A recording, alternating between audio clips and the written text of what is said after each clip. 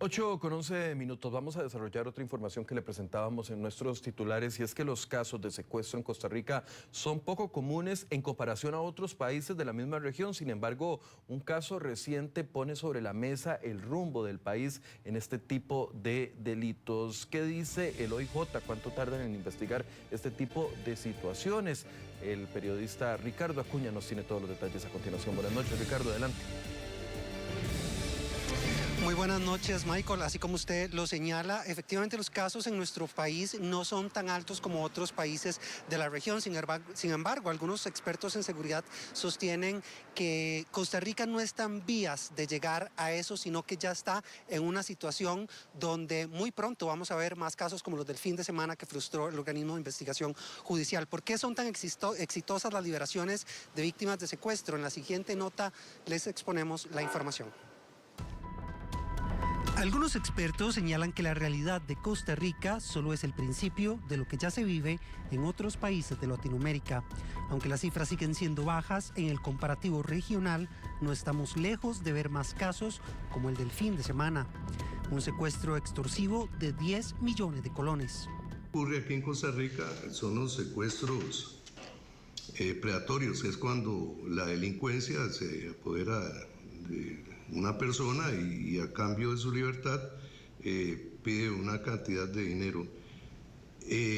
Esos secuestros en forma policial pueden tratarse de toma de rehenes, en donde se sabe quiénes son los rehenes, quiénes son los perpetradores y dónde están ubicados. Dentro de las consecuencias que poseen las víctimas de secuestro se puede dar un trastorno de estrés postraumático, el cual se desarrolla por la vivencia de situaciones estresantes, depresión, trastornos disociativos, ansiedad constante, una pérdida de la autonomía.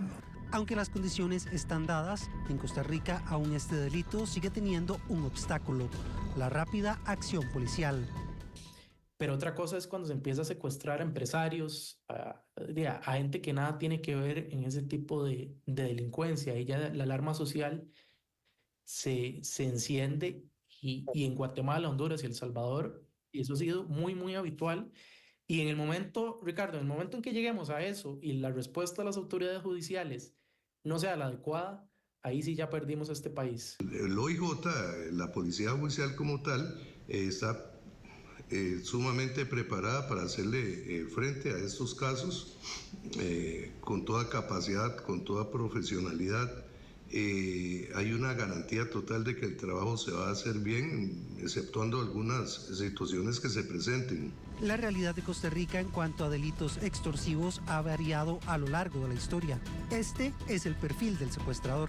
Vía forense, el secuestrador suele presentar un perfil que está caracterizado por rasgos antisociales, narcisistas o incluso pueden ser psicopáticos, donde predomina la falta de empatía, el deseo de control, puede haber impulsividad y hasta cierto punto una instrumentalización de la otra persona. Su conducta puede estar dirigida por una búsqueda de poder, por venganza, por deseo de control, por un beneficio económico, y en algunos casos también hay distorsiones cognitivas que hasta cierto punto desde su pensamiento justifica lo que está haciendo. Generalmente ha salido bien. El secuestro más largo que ha ocurrido en Costa Rica fue el de un iraní que duró un año. Y luego otro secuestro que hubo donde se pagó la mayor cantidad de dinero, que fue como $1 millón en ese tiempo, y en todos la víctima salió libre. En el caso del secuestro frustrado este fin de semana, la víctima estuvo retenida solamente por 2 días. Ahora los 3 criminales están a las órdenes de las autoridades a la espera de determinarse su situación judicial. Esta fue una información de Ricardo Acuña para Noticias Telediario. Y bueno, Michael, parte de los hallazgos que obtuvimos realizando esta nota, Michael, es que bueno, el tipo de secuestros que más se realiza en Costa Rica es justamente el que señalaba el señor Castain, y es el secuestro predatorio o extorsivo, que es el que retiene a una persona para poder pedir una suma de dinero. Es el caso del secuestro frustrado este fin de semana. También otras de las cosas que hablaban los expertos en seguridad y en derecho penal es que las penas en Costa Rica para este tipo de delitos se analizan como bastante bajas, y por ejemplo un secuestro que tarde más de 2 días puede tener una pena de 10 a 15 años de prisión. Si la persona es liberada en solamente 2 días, eso se puede reducir a solamente 6 años de prisión. La única pena que representa una pena máxima de 35 a 50 años es aquellos casos en donde la víctima no es liberada, sino que se le quita la vida, y pues esos casos en Costa Rica de momento no hay registros, o por lo menos no en los recientes años, Michael. Sí, definitivamente este tema que fue dado a conocer por el director del OIJ, don Randall Zúñiga, el sábado en la noche, nos confirma de una u otra forma de que existen este tipo de casos. En muchas ocasiones, Ricardo, estos casos quedan solo dentro de las autoridades judiciales y no se termina publicando toda la información porque se pone en riesgo la integridad de las familias, o como bien explicaban los expertos en la nota, quedan traumas no solo para la persona que estuvo secuestrada, sino también para las personas que están alrededor, sus familias. En este caso fue el hermano de la víctima. La víctima es un hombre de apellido Fallas, de 31 años, que estuvo retenido desde la mañana del viernes. Se dieron cuenta cuando él se dirigía a estudiar, los familiares recibieron una llamada donde les decían de que estaban solicitando dinero por esta persona. Después confirman de que la persona fue abordada en la ciudad, en el sector de León Cortés, y que le habían puesto obstáculos en la carretera para que no pudiera continuar, y ahí fue donde lograron retenerlo. Las autoridades afortunadamente logran encontrar, dar con la zona montañosa donde estaba esta persona oculta, y terminan después arrestando a estos 3 hombres, que en este caso son nicaragüenses, y estaríamos esperando, Ricardo, que en las próximas horas se determine si van a pasar a prisión preventiva por los próximos meses.